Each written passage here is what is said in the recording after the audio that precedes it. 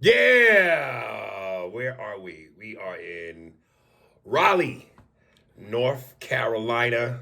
And as I told the black folks here, I'm a fan of I'm a fan of Carolina, man. I'm a fan of Raleigh and particularly my favorite Charlotte of all the southern places. Yeah, this is it. This is the hippest, coolest, closest to metropolitan East Coast energy. Well, you're depending on like those are both college towns.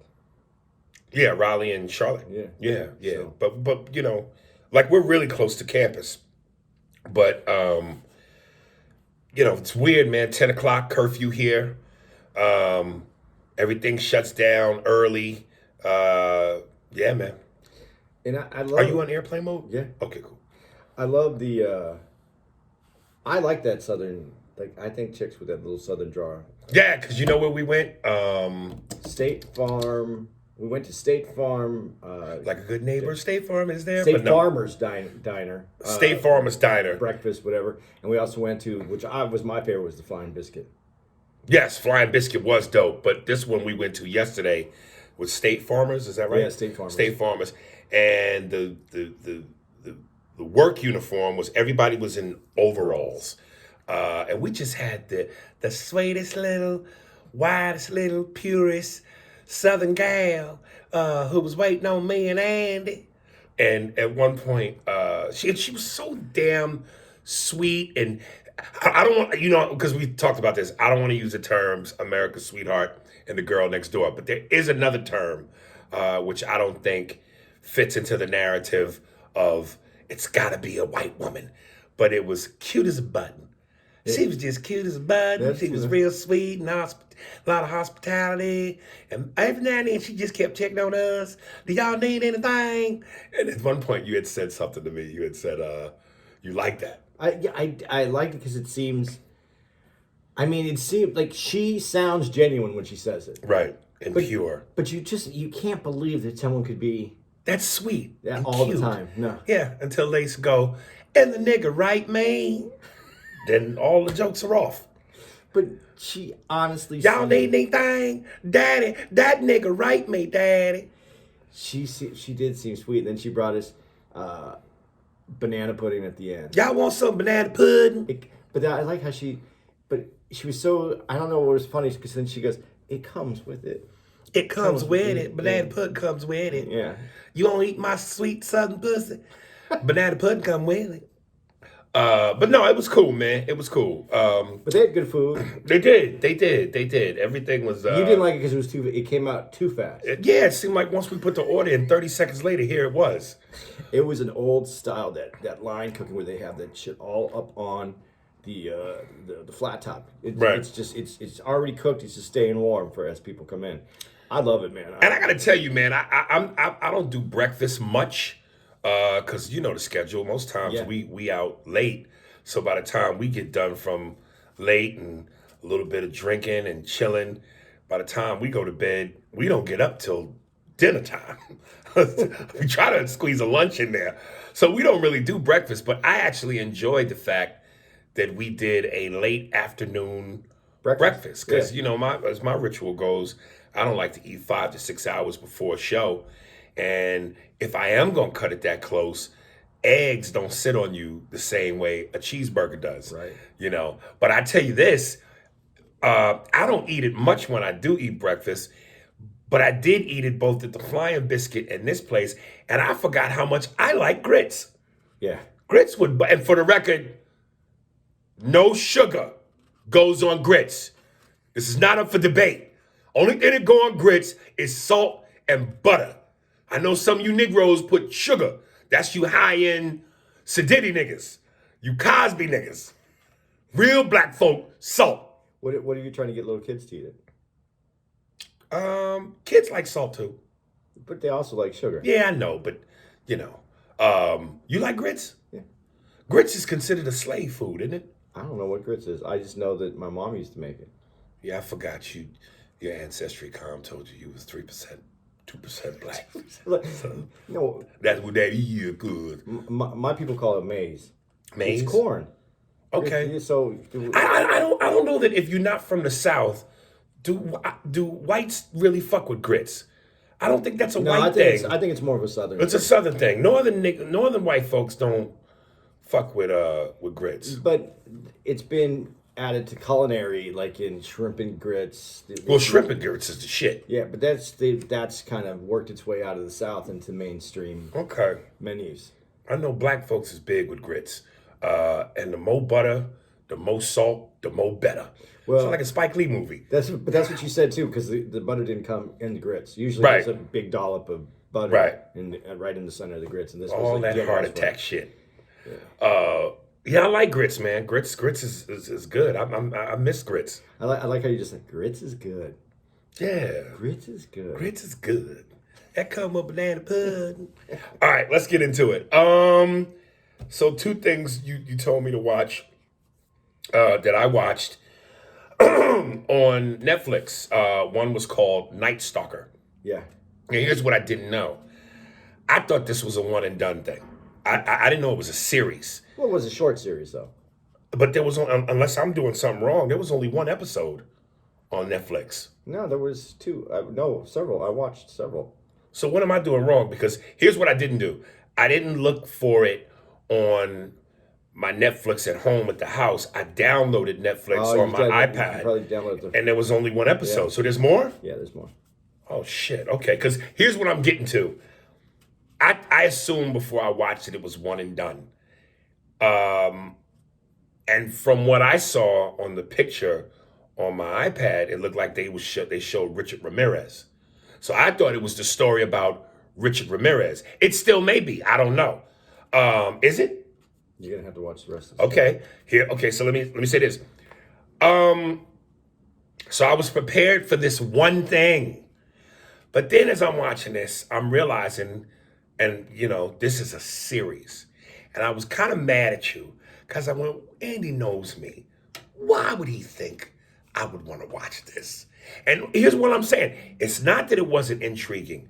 It's not that it didn't captivate you, because it did. And I love you, hate you because of this. Because I told you, I don't like squeamish shit. Shit about graphic, blood, murder, mayhem gives me the heebie-jeebies. So as I'm watching this and they're describing some of these heinous murders, I'm going, dude, I don't want to see this as a series. But man, by the time that shit was over and the way they ended it, I was like, I'm caught up. Yeah, I'm in it now. I like I didn't know anything about the detectives, Right. and they give you a lot of information about the detectives. Right. One dude was young, coming into homicide with sheriff's department. I mean, it's kind of cool to get the background sometimes too. It is. And but when you watch it further, you're gonna see. You talk about being squeamish just because of the murders. These investigators were scared. Yeah. As you watch more, you'll see how scared they get. Okay, and see, and that's what's becoming intriguing to me, because again, when you already have it in your mind, you don't want to like something for the reasons you don't like it. You go, all right, I'm gonna watch this because we said we were gonna talk about it, but I don't want to see this because this is just too much. But it's like you said, the cops' backstory, the murders, what's been in common, the pattern, and then you find yourself going, I want them to catch this motherfucker. Yeah. But I really believe I know it's about Richard Ramirez, because I remember when I had bought a Time magazine that did a special on serial killers. He was the big, scary dude in LA at that time. Like the one murder that they described, where they said this motherfucker slit the girl's throat from ear to ear, and with the same knife stabbed her in the slit. That means this motherfucker had to hold the knife in one position, go ear to ear, change knife positions to then put it in the slit and stab her. Look, man, as again, I so often say on this podcast, forgive me if I've said this before, But there's certain things I know I've said repeatedly. Anything about Dave Chappelle, stuff about comedy, stuff about pussy. I know I've said the same thing on more than one occasion. I remember us talking about this somewhat in a different context, but I'm going to say again what I know I said before, because I've only said it that one time. To all you people who will sit there and try to say, eye for an eye is wrong. It doesn't bring your loved ones back. You're not God, and only God has the power to take another life. Fuck that. Fuck you. Here's what I say. Because when you look at this first episode and you see how heinously this motherfucker murdered these women and people, you see how heinously he terrorized them. I mean, terror. There was even the one where he beat up the 16-year-old girl. And what I didn't get was all the children that he molested. He didn't kill any of them. He had a line. He had a lot. A sadistic motherfucker with an ethic. I almost laugh when I say it. I mean, I did laugh because it's just even the most. Well, go ahead, finish. Yeah, but even the most sadistic person, they have a line. Like I can't even understand that when you watch this. I can't understand it. And I will say this, as shitty as this sounds, thank God for that. Yeah. Because I'm just going. It's one thing to molest a child and to terrorize a child, a defenseless, helpless child with no chance of defense. But damn it, and I know they're scarred for life, but at least they're alive. Yeah. At least they can get therapy and maybe come out of this. But COVID, but they were horrific. He's a horrific person, so I don't know. Well, let me finish my point. Here's what I'm saying. I think that when you're that sick, I don't give a fuck. Obviously, it's mental, whatever the fuck it is. Mental, maybe you just evil. You just a scum piece of shit. Here's what I think should happen. I think all people like that should be gathered up, flown to a private island where they're dropped off. And I don't like hunters. I've said this. I can't stand hunters. When I see on the internet, and I've seen pictures of those big game hunters posing next to dead giraffes, majestic animals, lions, rhinos. I hate people that hunt. I fucking hate them. Because, again, I love animals, man. If you've ever been to a zoo and seen one of those animals up close, it's beautiful. If you've ever been to Africa and seen them in the wild, which I have, it's gorgeous. For you to take that life, I can't stand hunters. That being said, I think hunters should also be flown to that island a day later and should be allowed to hunt and kill these people. If you want to kill something, leave the lion and the tiger and the hippo and the elephant alone. Kill Richard Ramirez. Kill Ted Bundy. Kill that bitch that, with the lady, Charlize Theron, the one female serial killer that she played. I can't remember the name of that movie with Richie. I don't remember. All the serial killers, man, them sick sadistic fucks. Why don't you just send them on the island and let them kill each other? Because I don't think they would. I think they're like coons. They balance each other out. They stick together. No, I don't know. I would just assume there has to be alphas in there, and they're going to have to. But see, I wouldn't want to take the chance on them not doing that. Okay. I want them dead. And I would love to see those hunters shoot and kill those cocksuckers and take pictures with them the way they do them animals. Because and we're talking about this, so let me not make it racial, but I gotta make this one point. Another reason why I hate hunters is because those pictures where they sit there and with pride like a fucking here's my trophy. It reminds me of those black and white photos of niggas hanging from trees and the mobs posing like, look what we did. So that's another reason why I don't like hunting. Now, I know people that hunt may think that's extreme of an idea and thought, but fuck that. At the end of the day, death is death. You're taking the life of something that you shouldn't be fucking with. But I'm telling you, man, there's no, and there are people that will try to justify not the behavior, but the mindset, or let's feel sorry for Richard Ramirez or Ted Bundy because something happened along the way that caused, I don't want to hear that. I got to believe no matter how sick you are mentally, you know what you're doing. And when you hear someone scream no and stop, and you bypass that, then fuck that. But you brought up hunters. I got to ask you a question. But you eat meat, right? Yup. Okay. And what's your feelings on like deer? If I ate deer, I'd be fine with it, but I don't eat deer. Yeah, but you think it should be hunted? I don't think any animal should be hunted. But then they unless it's for food and survival. But they overpopulate and then they die of starvation. Who does? Deers. That's why you see all those deers when you drive, like when you drive on the freeways up on the north, in the East Coast, and you'll see. So you think that hunters are doing us a favor with deers? Yeah. Okay, when they overpopulate, so what are you saying? They run out of the forest, and that's why they get hit by cars? That's part of the overpopulation is that and that's part of our fault because we put roads in where they live, but they'll die of starvation because there's not enough food during the wintertime for when they. Okay, well then that's nature's choice. But should they be hunted though? No, let nature do its thing. But then shouldn't you stop eating meat? Because how do you justify that you get to eat? For survival. But it's still, they have to kill the animal. For survival. I don't mind for survival. If what's standing in between me and death is a meal, that's different. So all the people, I'm not killing for sport. So all the people like in the Midwest that actually hunt and kill their food and then bring it back home and then they okay, fine. That's fine. That's fine. Okay. As long as you eat it. But just to do it, just to go look what I did. Just to hang it on a trophy wall. Right, done. Fuck that. That makes sense. Yeah. Yeah, I just, man, I you know. What about pulling a marlin out of the water and stuffing it and putting it in your house? I'm against that too. So fish. Fry that motherfucker. Okay, I'm just checking. Yeah. I just want to know what your only living things that should be killed is roaches. What about spiders?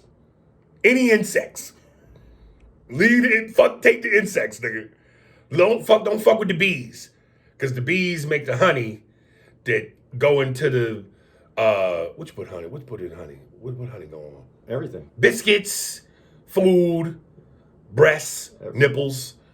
You know what I mean? What about those African bees? African bees. The African killer bees. What purpose do they serve? I don't know. Yeah, I don't know. Oh, I just thought you were gonna. Do an African thing? I thought you were gonna. Don't fuck with the African bees. Leave the African bees alone. Come on, we have a special relationship with them. Leave them alone.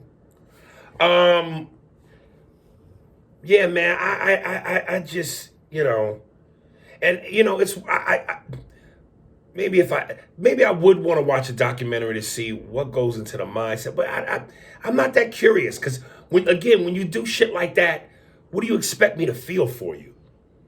That's just horrible, man. That's horrible. You know when they said the one story about the Asian girl, and she was ducking down underneath the counter, and he waited for her to pop her head up, just so he could shoot her in the head. That's like that's when I really went, this dude. Right, and then her roommate, he tried to shoot her. She put her hands up. The bullet hit her key. Then she tried to run out the front, thinking he was going to run out the back garage, which is how he came in. But then he runs out the front, sees her, and she just said to him, "Who are you going to try to kill me again? You already shot me once." And they said he just walked away. That would be like, wouldn't there be a question that you want? What was he thinking in that moment? You know, that he looks at her. He's already shot her. The weirdest thing in the world, the bullet hits her thing of keys because she puts over her face and it flies. And then she sees him. He sees her again when they run to the other doors, and he goes, and she just says that. And what do you think? He went, yeah. I don't know, but I would imagine to be terrified that he knows where you live. Is he coming back? Yeah.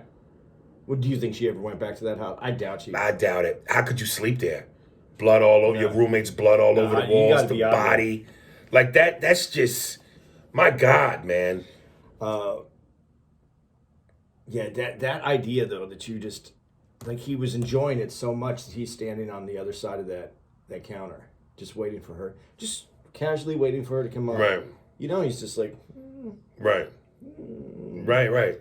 Or when he said that when she was leaving the bar, he drove along. He was driving behind her, following her. Then he, drove up alongside her, turned and just looked at her, smiled with this evil grin, and just kept staring at her while she was driving. I would have drove straight to the police station. And spent the night at the police station. Yeah, I wouldn't have been. I would have been really careful about going home at least. Right. But it was L.A. It was a different time too.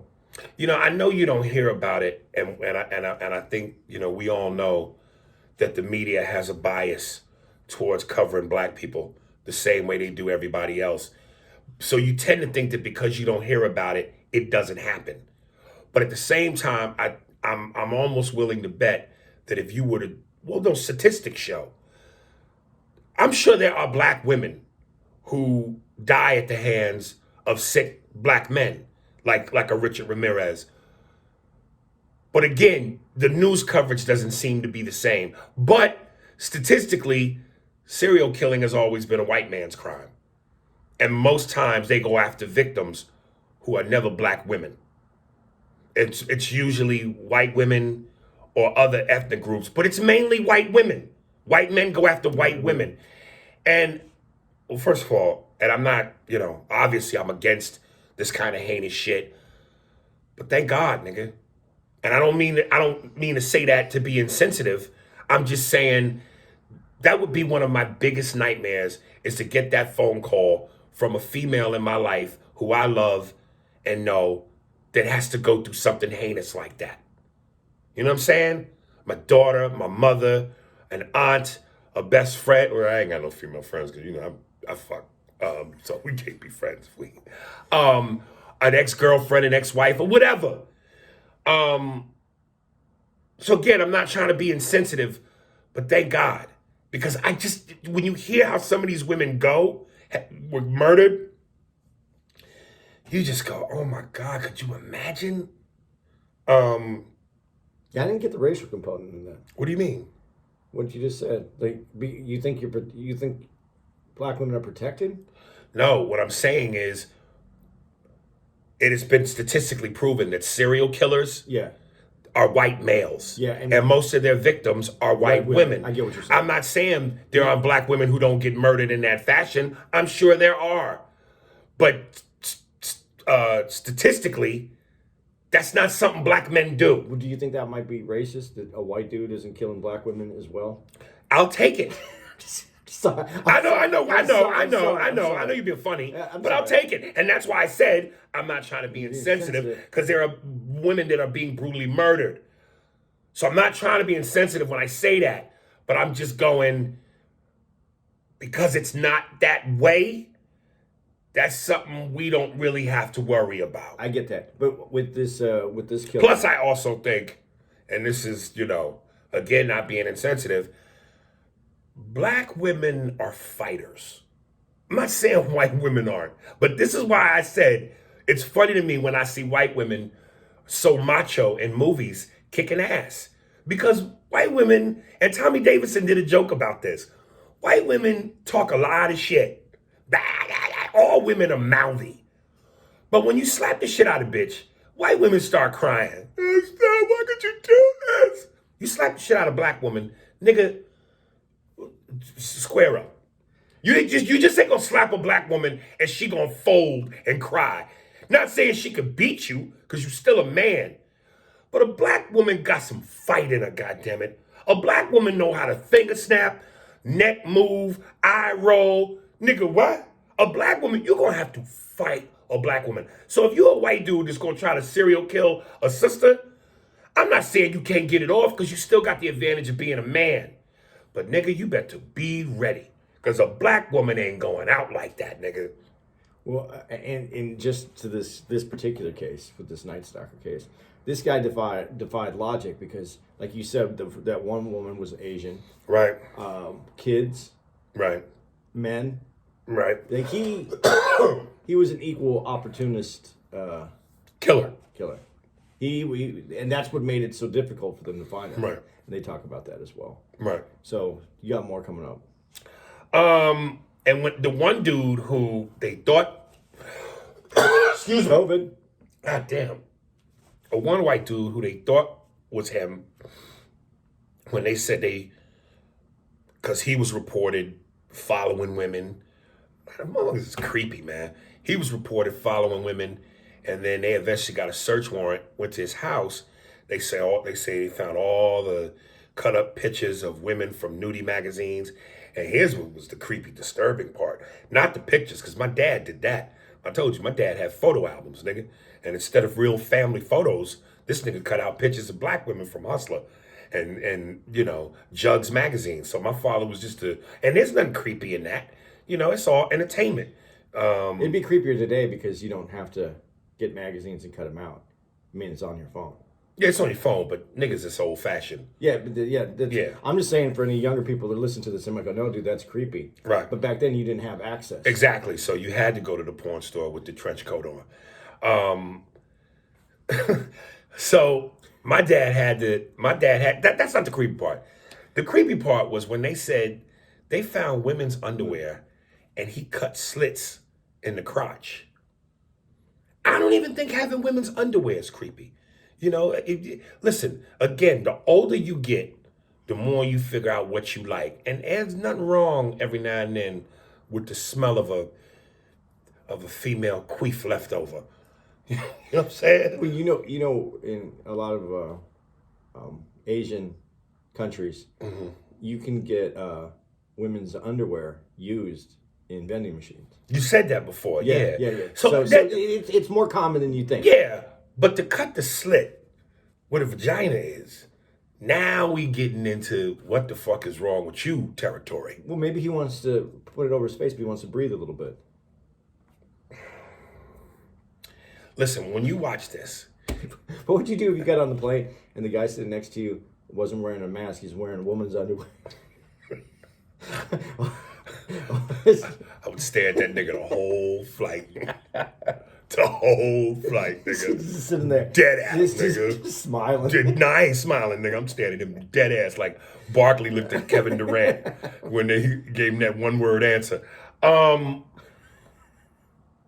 Yeah, man, when you look at this dude, and this is why I'm telling you, man, there was something about this dude. There's certain dudes you could just look at and tell he don't have luck with women. Yeah. You just don't have and again, there's a talent that comes with that, being able to talk to a broad, having some swagger. And I know, again, not a lot of men have that. It's awkward. You're uncomfortable. Every man wants to get laid, but every man doesn't know how. And there's some dudes out there that, maybe collecting women's drawers and taking pictures of women out of nudie magazines and beating off. That's as good as it gets for you. Well, that dude that they did bring in for questioning, he looked like he was in his early stages still. Like he ain't there yet. Yeah, he ain't. The slits in the drawers is the beginning. Yeah, he's working. And I'm gonna say this. Remember that movie, I think it was with Tom Cruise, I think it was called Minority Report. Yeah.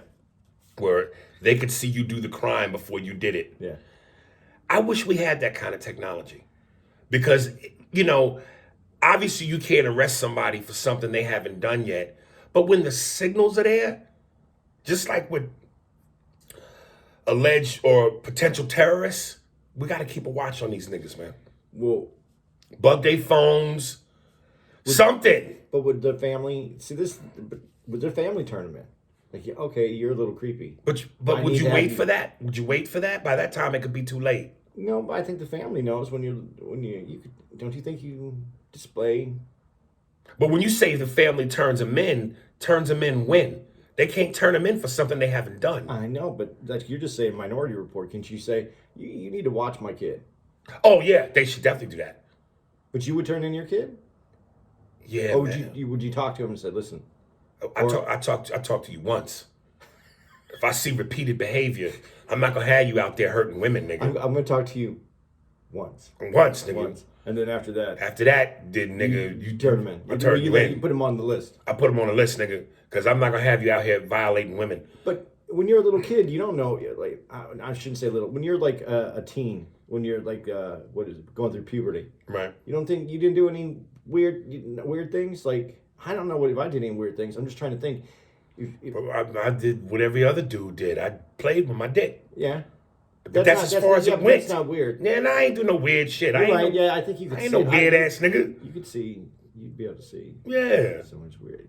My biggest fantasy when I was a teen was wishing I could fuck an older woman. That was it. Yeah. I'm just thinking about raising my two boys. They didn't do any.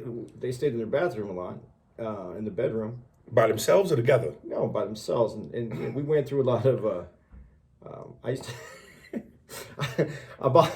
There was 3 guys living in one house. I bought those blue mechanic towels because I was tired of my son True grabbing a towel. Right. Because I didn't want to use any of the towels at the house. Right. So I bought. I bought the blue mechanics paper towels. Right. It's a little. That way I knew that blue towel. I better not. When I said I better not see any of these blue towels. They better be thrown away. Right. I don't want to see them. Yeah, but that is weird as I think our house got. Yeah, no, and listen, man, and I'm gonna just say this because this is my last note on this. God forbid, knock on wood, I don't think anybody should have to experience the loss of a loved one to a heinous act by a sick, sadistic motherfucker. And Lord knows, I hope I never have to.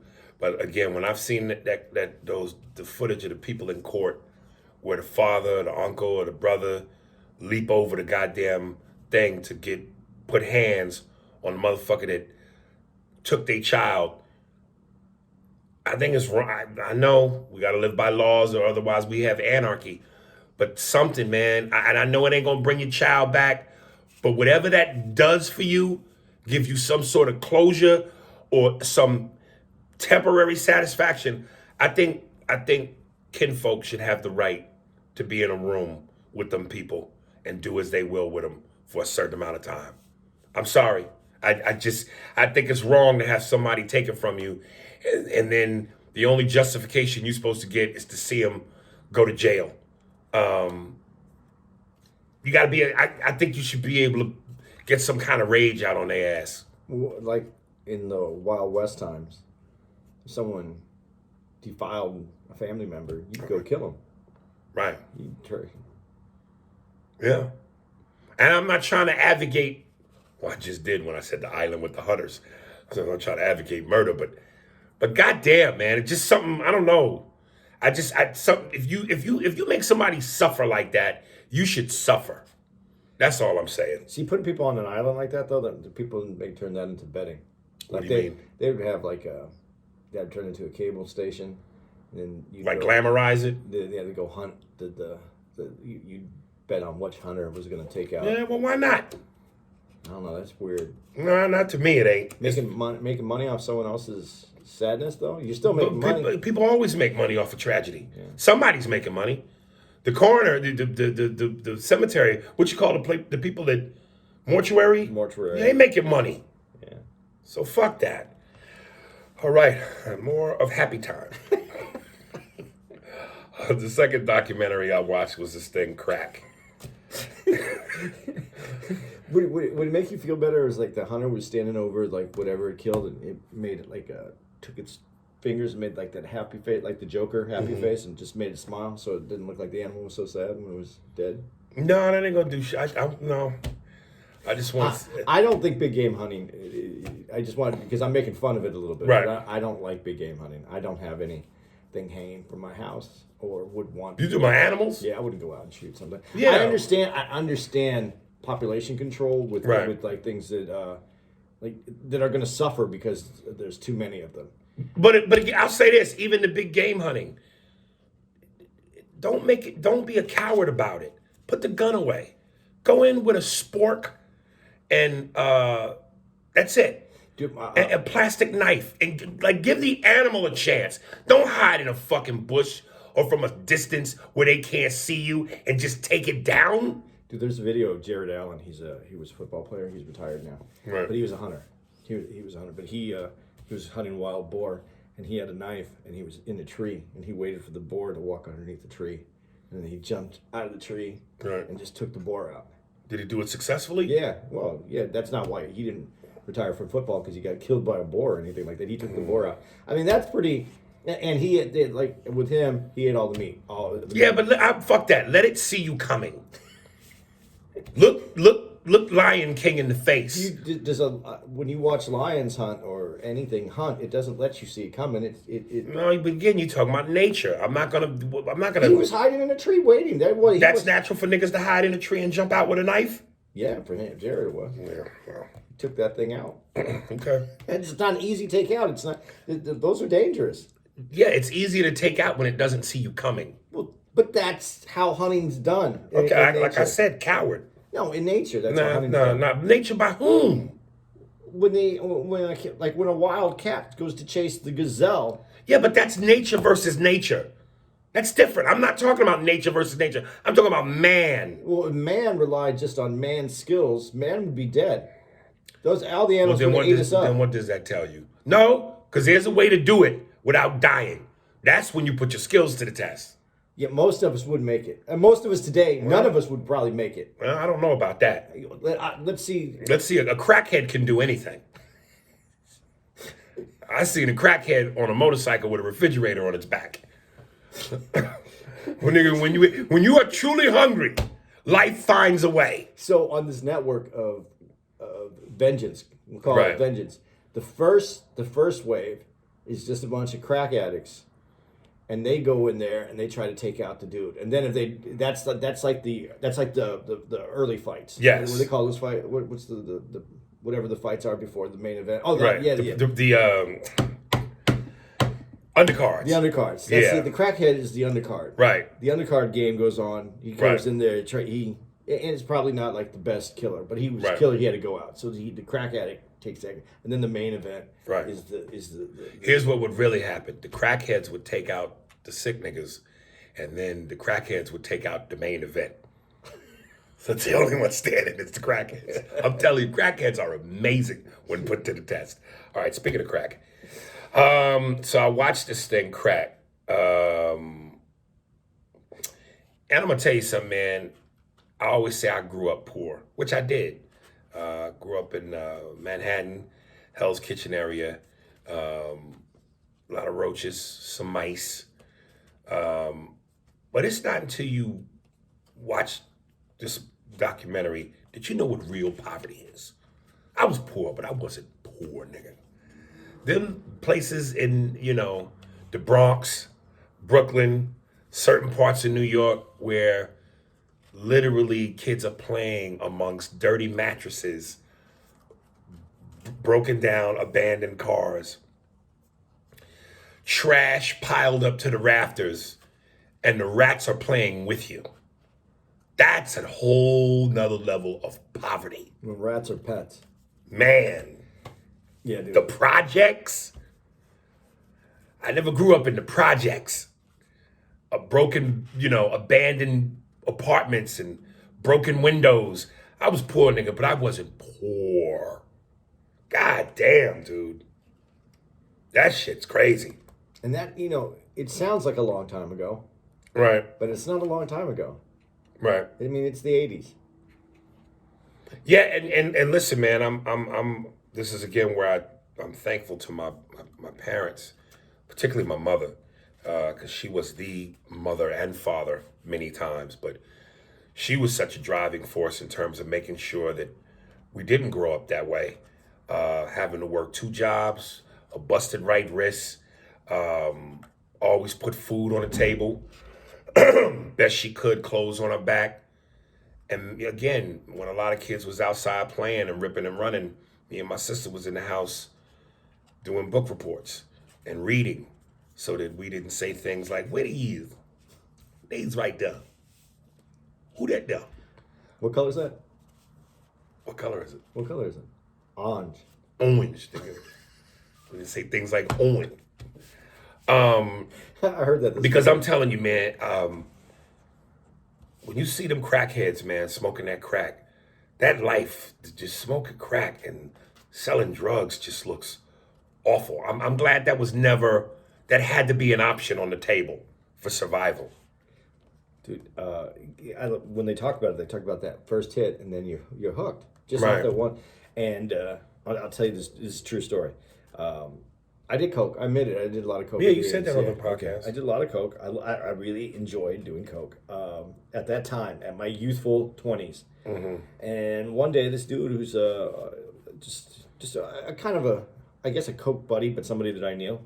Uh, he came up to me at the club that I was at. And he goes, "Hey man, I just heard about these new it's like a cocaine cigarette. It's called crack." He goes, "This dude's selling these cigarettes. Man, you want to go get one?" And I go, "Yeah, let's go check it out." So we got in the car and we couldn't find it, and I didn't know anything about it at the time. Dude, I don't know what would have happened to me if I would have. Have you ever done anything? And again, I've never done coke, so I don't know. So I can't. I don't know what the effects of coke is. But I remember the one white guy said he described it. He was like, there was a euphoria, and he said, back in the '80s when coke was thought of as a white drug because it was an expensive drug, and I tried it, and I was like, where has this been? Yeah,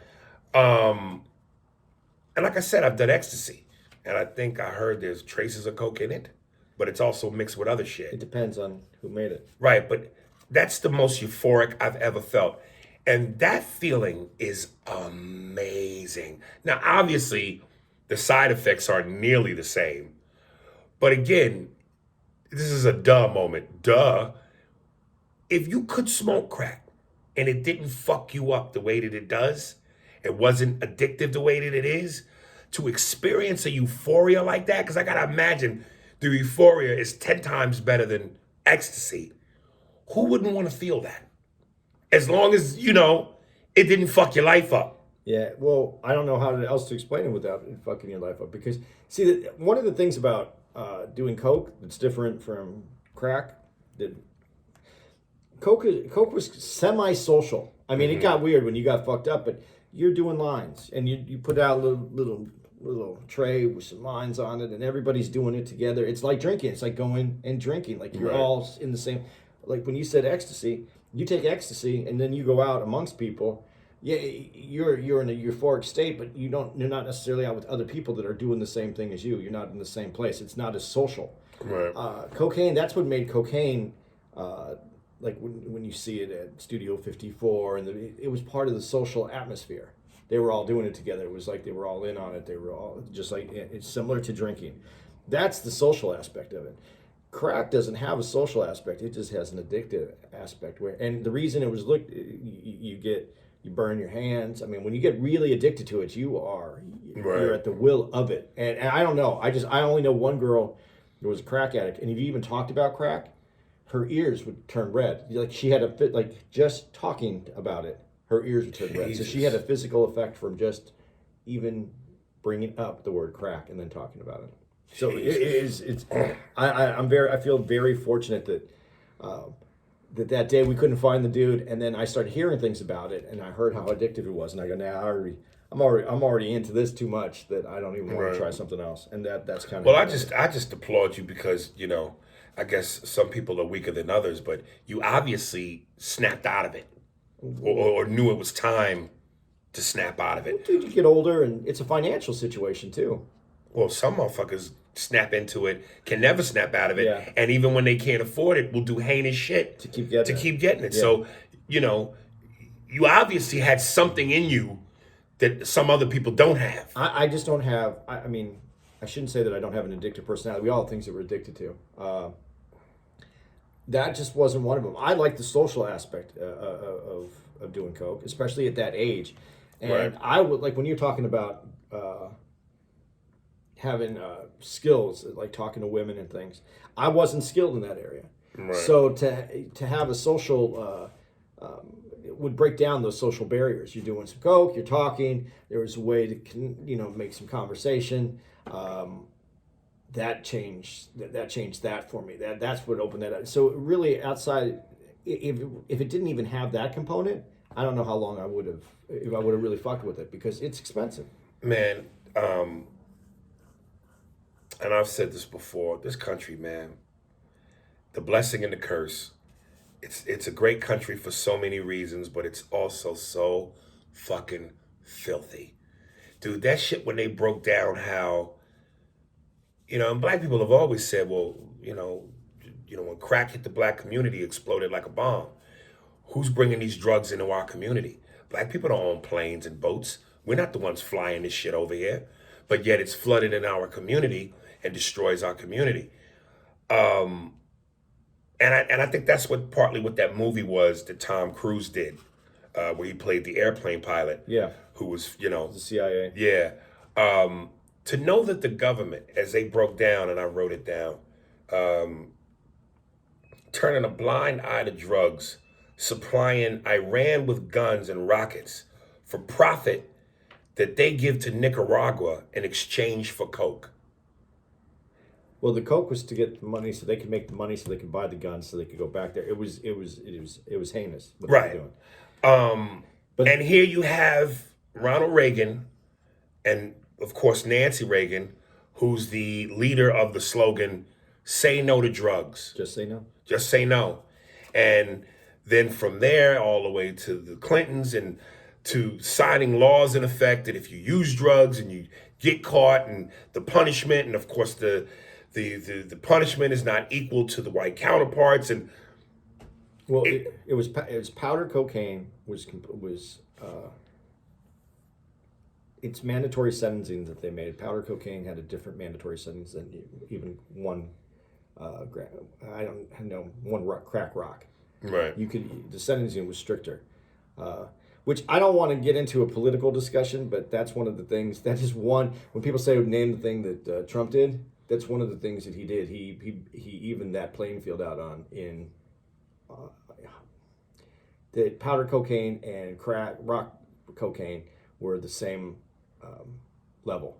It was no longer that if you had a pound of coke, but you only had an ounce of crack, that you were going to prison forever, and the pound of coke guy got off. Right. He leveled that playing field. But that's also because of the people he was working with. Yeah, but just to stay to the 80s, Reagan, man, and again, we know all politicians are shady, but goddamn, like to sit there and this is why I said, and I know you've, kind of set me straight on some of it. And D.L. Hewley, again, he called me personally to question me and go, "What are you saying, young man?" But this is why I go with voting. Does it really fucking matter? Because y'all sit here and play this image of yourselves and talk all this political jargon like this is what you're going to do and you're trying to be right. But then you're bold-faced lying at the same time. And again, when have black people benefited from any president, truthfully? And I'm just going, it's all bullshit. You benefit in the vote. I still say that the Congress has more effect on the way that our lives are going to happen. A president was only one branch of government and was supposed to be the leader, but not. It's a position where the laws are supposed to be coming from Congress and towards the agenda of what the president wants, but it still comes from Congress. And then you battle in that room for what works best for your community. So voting, I think, is still extremely important. I just don't like our party system. We have two parties. And one of the parties, which is the Republican Party, is now fractured. And I think I was just watching something yesterday, and I don't want to get too far off where we are because I'm going to send this back to Reagan. That we have a two-party system, but the Republican Party is fractured. I think they're trying to keep it together, and they're trying to appease Trump because they don't want him to break the party apart. Because if there's the Trump Party, whatever that will be called, and then the Republicans, because Trump was never a Republican. He was a Democrat his whole life, and then switched over to Republicans. And there's a very famous article that you brought up here on the podcast before where he said he would, if he did run for president, he'd probably run as a Republican because they're more, he said, I forgot what his words were, so I'm not going to quote it. But that being said, they're trying to keep it together so that because the Republicans will fall out, and because there's not that 74 million versus 75 million or 76 million will turn into 35 million and 40 million and then 70 million for Democrats. That's what they're worried about. That's really what they're worried about right now. So let's go to what you said about Reagan. Reagan was also like, and I'm not making an excuse for Reagan. He was also disintegrating because Reagan did a lot of bad shit before then. When they did, he had to know something about this though. And for your president, to turn a blind eye to drugs coming into this country, which is a problem in the first place because there's no controls on what's coming in from out of the country, and they're helping bring it in. This goes against everything that his wife was running out and yelling about, and just say no. Well, these are the people that are actually, if he's turning a blind eye to it, he's actually the supplier. So she's saying just say no. Well, I mean, they say he did. How much did he know? I don't know how much he knew, but he had to know some. Oh, I knew everything. I was the one signing the checks.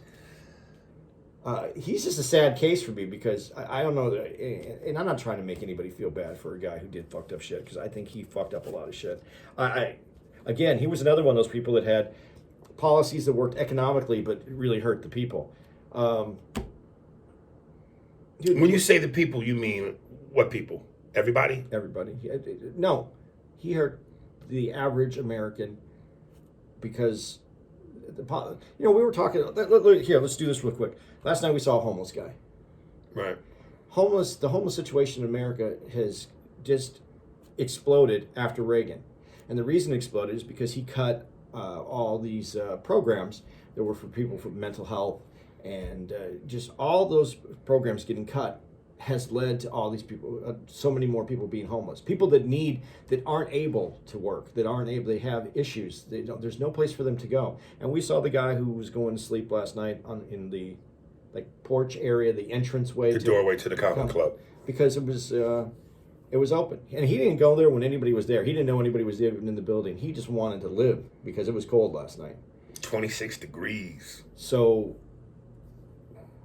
when I say hurts the people, I'm talking about the real people. And I don't mean to say real people. The people who struggle daily in this country, the people that are trying to make ends meet, the people who are trying to do best for their kid. I mean, when you're a billionaire, I'm not trying to say you're not a person, but your life is completely disconnected from the rest of what America is. Because we're talking about the 1%. So the other 99% of us are living life a different way. I'm talking about those people. Those are the people that we are. We actually pay bills. We actually have to do things for ourselves. We're not lobbying people to spending $1 billion on lobbying to save us $2 billion. We're trying to get $2. So that's the people I'm talking about. That's the people that he hurt.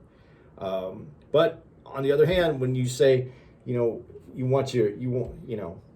you get people back? I mean, I thought one of the saddest stories is hearing about how Nancy Reagan saw him in the kitchen. This is after he's president, after he is already done, and he was all wet. And she said, "Ronnie, what's that? What's?" And so he pulls out, he reaches into his pocket, and he had this little White House that was from the fish tank. And apparently he was looking at the fish tank, and he saw the White House, and he pulled it out and he put it in his pocket. And he goes, "I don't know what this is, but I think it's important." I don't know what this is, but I think it's important. How sad is that, though? Because of the Alzheimer's? Yeah. Right. So I'm not saying that he deserved it. I'm just saying, life has a way of taking care of you. Well, I think he should have felt that same way when he visited the ghettos in the Bronx and Brooklyn. And he should have said, "I don't know what this is, but I think it's important." And that would have been a great way to put it because he didn't know what it was. Right. And he wasn't trying to know what it was. And even when he did, it felt like a dog and pony show. Well, that's all he could put on. I mean, this is the funniest part. And then getting back to it, and I'm going to end up going back where I don't want to go. But he was an actor playing a president. And then our last president, up until, I don't even want to, I hate giving him attention. Our previous president, Mm-hmm. was a businessman playing. A president? He was playing Ronald Reagan. So he's basically a copy of a copy. Right. And not a good actor. So it was bad. This is where we ended it. This is where we are. But getting back to our crack in our community, it also made a lot of money it hurt a lot of the black community, but it also made a lot of money in the black community. Right. So famously, it's made people a lot of money. How do you reconciliate that? Right. No, you're right. Give me 1 second. What the fuck just happened to? Oh, dude, are you serious? I have one last note. I remember what it was, but fuck. This is what happens when you do a podcast on the road. All my notes are in my phone. Oh wait, no, here it is. Recording this. Okay. Can't see them. All right. So, Steve, please correct that. Coming out at 5, 4, 3, 2. The one last thing I wanted to talk about was, obviously, as they're showing this documentary, they're interviewing people who either sold crack or were addicted to crack. Like the one lady who was addicted to it, who clearly seemed like she had no teeth. Yeah, she didn't look like she recovered ever. Right. But then they interviewed the one lady who did say she was 20 years sober.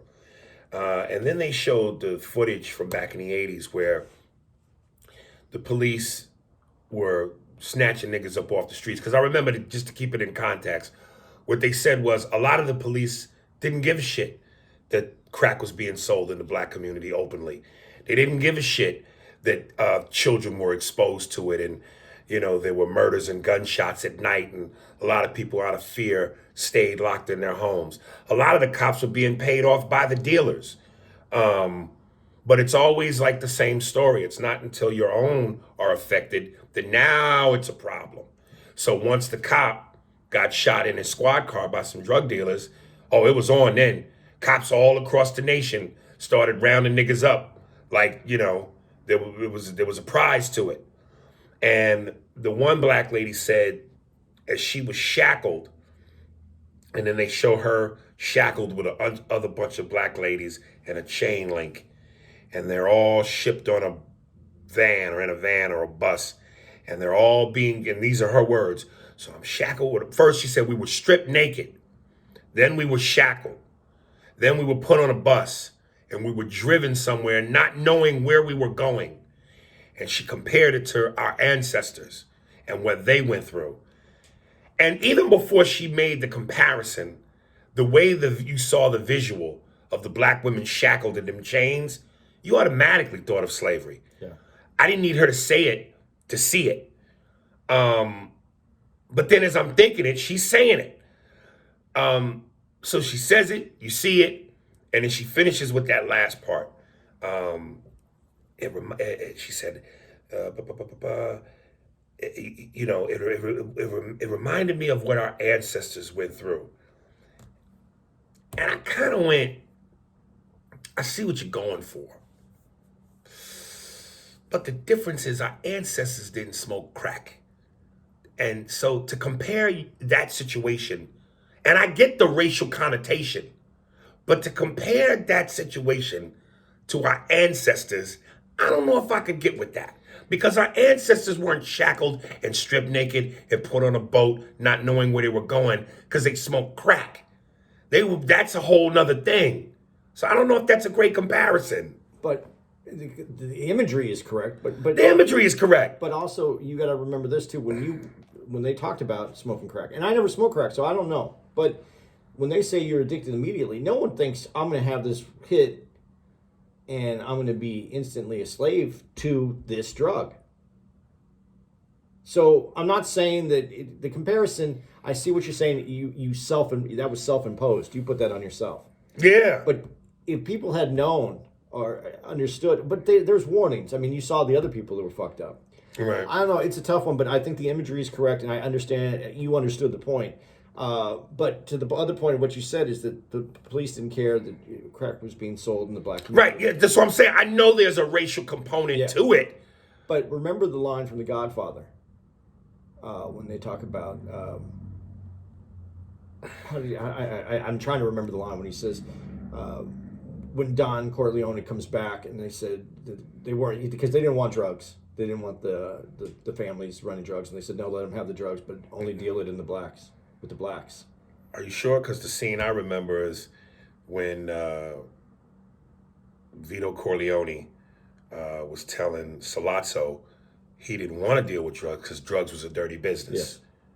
Yeah. I don't want to deal in drugs. What you do is a dirty business. I wish I could remember that scene because it's such a great scene. Because then Santino, his son, Sonny, Yes. speaks out of place. And then when he says, Salazzo, I often have a weak spot for my children. They often talk when they should listen. And then when the meeting is over, he goes, Santino, never tell anyone outside the family again what you're thinking.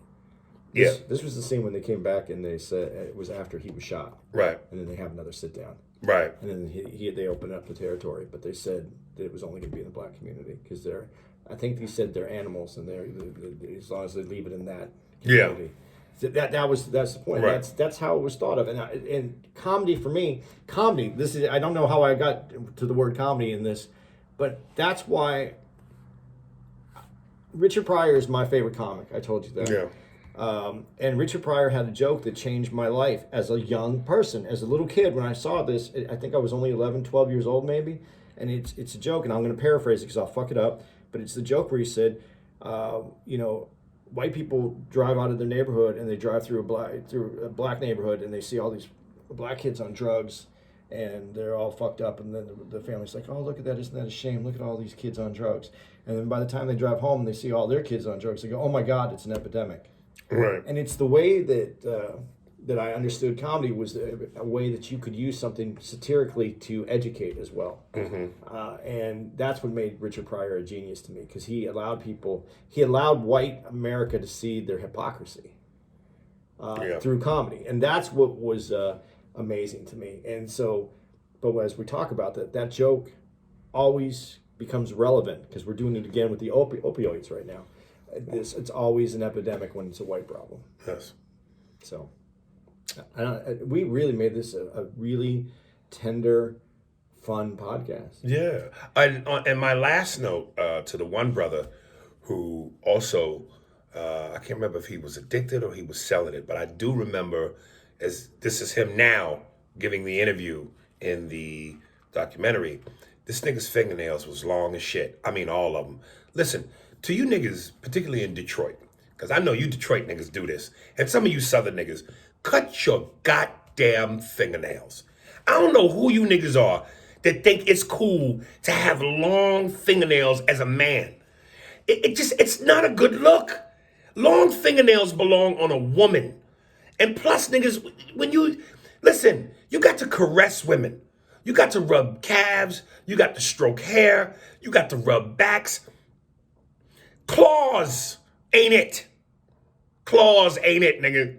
And when it's time to finger some pussy, you don't go in with a Ginsu knife. Nigga, you go in with a soft, fleshy substance called your tongue.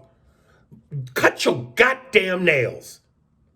I can't stand niggas with long fingernails. When we slap hands, you niggas always cut the insides of my palms. Jesus. One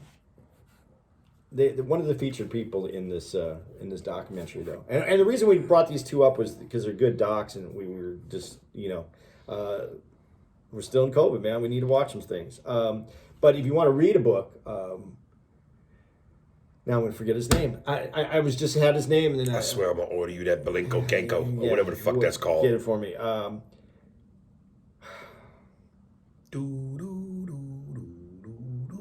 Yeah, what's his name is I think his street name was Freeway. Ricky Freeway. Yeah. The real Ricky Ross. Rick Ross, yeah. The real one.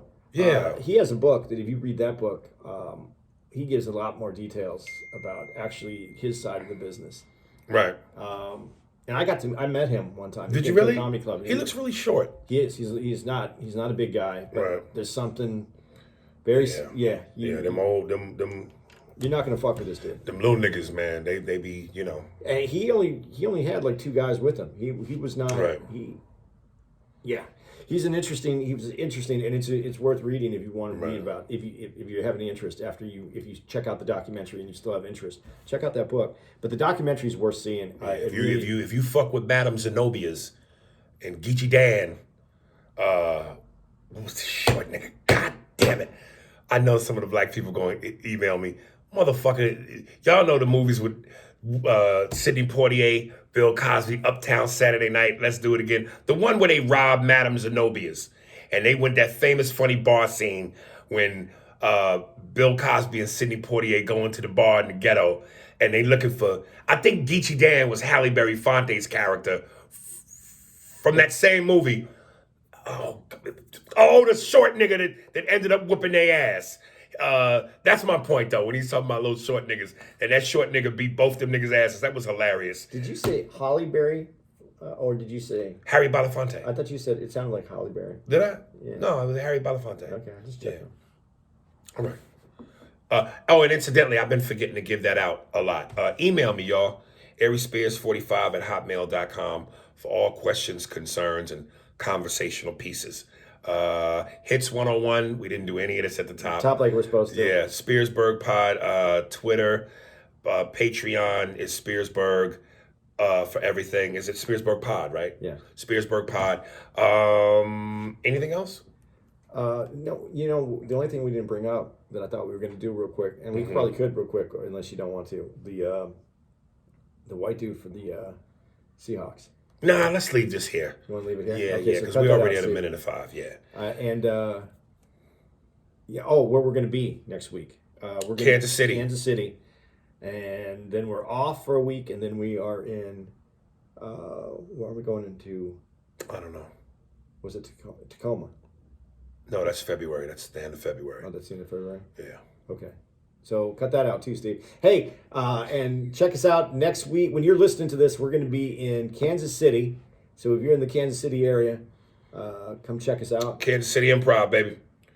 I will say this before I introduce the musical thing. I wish more of you women who listen to this, please write in. Let us know you exist. Because while we were here in Raleigh, 2 chicks, both of, I think, Hispanic descent. One was Hispanic. One was Hispanic, the other one was white. Yeah, I think so. Okay. They listened to the podcast, and that's the reason why they came out. And Andy said at one point they called him over to the table, much to his shock.